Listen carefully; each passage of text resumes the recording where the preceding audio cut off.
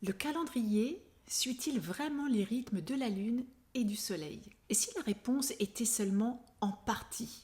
Aujourd'hui, je vais vous parler du calendrier lunisolaire, un sujet qui me tient à cœur depuis que je me suis formée au Feng Shui, une pratique ancestrale rattachée à la philosophie taoïste qui considère le temps comme cyclique et non linéaire, avec une succession de saisons qui reviennent chacune avec sa propre énergie.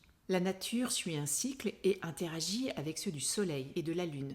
Le calendrier lunisolaire, comme son nom l'indique, se cale sur ces deux rythmes. Le Soleil porte une énergie yang, extravertie, active, masculine, rationnelle. On connaît ses heures de lever et de coucher, ses éclipses spectaculaires, surtout lorsqu'elles sont totales, au point qu'en plein jour, par temps clair, il fait nuit. La Lune, quant à elle, incarne une énergie yin, plus intérieure, réceptive, intuitive, féminine. On la relie volontiers à l'ésotérisme ou même à la sorcellerie. Des missions Apollo, nous n'avons rapporté que des roches. Dans les bulletins météo, on ne parle guère que des grandes marées, parfois amplifiées lors des équinoxes ou des éclipses lunaires.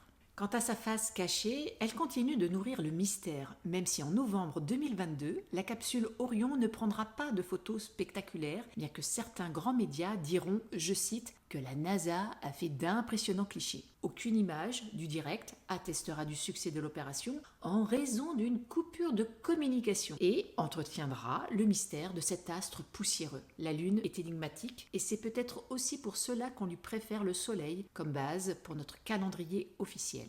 On peut tout à fait y voir un parallèle avec la place du féminin, souvent mise à l'écart. Pourtant, yin et yang sont les deux faces d'une même pièce. L'une ne peut être complète sans l'autre. Partant de là, on peut dire que notre calendrier purement solaire ne donne que la moitié des informations. Les phénomènes cycliques, comme les éclipses, sont de véritables rendez-vous cosmiques. Ils marquent symboliquement des événements majeurs, des basculements, des moments de révélation ou de transformation collective. Dans de nombreuses traditions, ces moments sont vus comme des instants de réinitialisation énergétique où les voiles entre conscient et inconscient deviennent plus fins. Le Soleil et la Lune sont comme les deux aiguilles d'une horloge géante dans le ciel. Ce mécanisme céleste est tellement précis que des civilisations anciennes ont érigé aux quatre coins du monde des sites mégalithiques pour les observer et les anticiper. On pense par exemple à Stonehenge en Angleterre, à Göbekli Tepe en Turquie ou le plateau de Gizeh avec la pyramide et le sphinx montrant un alignement extrêmement précis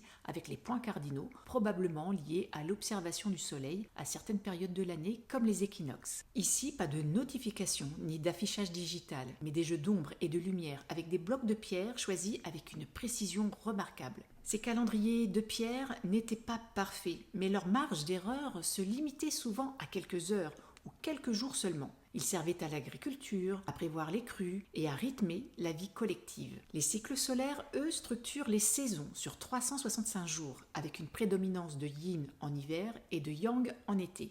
Comme nous ne nous voyons pas tourner autour du soleil, nous nous repérons avec ces grands marqueurs que sont les solstices, des jours plus longs en été ou plus courts en hiver, et les équinoxes quand les durées du jour égalent celles de la nuit. Le Soleil influence aussi l'activité magnétique terrestre avec des effets sur des communications, les aurores boréales, et symboliquement sur notre propre système énergétique, notamment lors des éclipses solaires. Ces phénomènes ont été observés chez l'humain, l'animal et dans le règne végétal. Les cycles lunaires, eux, durent environ 28 jours et influencent nos rythmes biologiques et émotionnels. La pleine lune correspond souvent à un pic d'énergie, d'intensité ou de tension. La nouvelle lune marque des moments de repli, d'introspection ou de renouveau. C'est d'ailleurs pour cette raison que les Chinois l'ont choisi comme repère pour leur nouvel an, qui marque aussi le début du printemps, entre janvier et février. Ces phases sont parfaitement reconnaissables. Nouvelle lune, premier quartier, pleine lune, dernier quartier, pour un total de 12 à 13 cycles lunaires par an. En agriculture biodynamique, on sème souvent à la lune montante et on récolte à la lune descendante. Les phases lunaires offrent une autre manière de lire les cycles de transformation et peuvent servir de fil conducteur pour accompagner nos projets. Et notre calendrier moderne alors dans tout ça? Aujourd'hui, nous utilisons un calendrier solaire qui présente plusieurs incohérences. On parle de printemps sans préciser qu'il s'agit en réalité de l'équinoxe. Le 7e mois n'est plus septembre mais juillet. Et il en va de même pour octobre, novembre et décembre, qui ne sont plus les 8e, 9e et 10e mois de l'année. Le nouvel an tombe en janvier, en plein cœur de l'hiver, alors que la nature est encore endormie. Difficile d'y voir un véritable renouveau. Le nombre de jours par mois varie sans logique simple apparente, 28, 30 ou 31 jours. Parfois même 2 mois de 31 jours qui se suivent parce que des empereurs romains mégalomanes à qui l'on a attribué des mois portant leur nom, Jules César pour juillet et Auguste pour août, ont décidé d'en ajuster la durée pour affirmer leur grandeur. Toutes ces irrégularités ont été conservées dans le calendrier grégorien, adopté officiellement en 1582, et resté depuis la référence mondiale. Ainsi, depuis le XVIe siècle, ce calendrier n'a pratiquement pas été remis en question. Nous sommes hyper connectés, mais une question demeure. Le sommes-nous vraiment? Depuis la nuit des temps, l'homme s'est appuyé sur les cycles du Soleil et de la Lune pour l'agriculture, l'astronomie, l'astrologie et pour anticiper des rythmes naturels ou collectifs. Il ne s'agit pas de prédiction au sens divinatoire, mais de tendances énergétiques ou saisonnières observables liées à des cycles biologiques. Les énergies cosmiques sont comme un bulletin météo à ciel ouvert. Elles donnent le climat de ce que nous avons à travailler à un moment donné. Un calendrier lunisolaire permet ainsi de mieux anticiper, pour mieux se préparer, choisir la meilleure date pour signer un contrat, se marier, se reposer, planter, récolter, se faire couper les cheveux, commencer des travaux, lancer un projet, faire la guerre ou organiser des célébrations pour des rencontres sportives. Inclure la Lune dans notre calendrier solaire, c'est intégrer l'autre face d'une pièce restée incomplète. Le yang ne signifie rien sans le yin.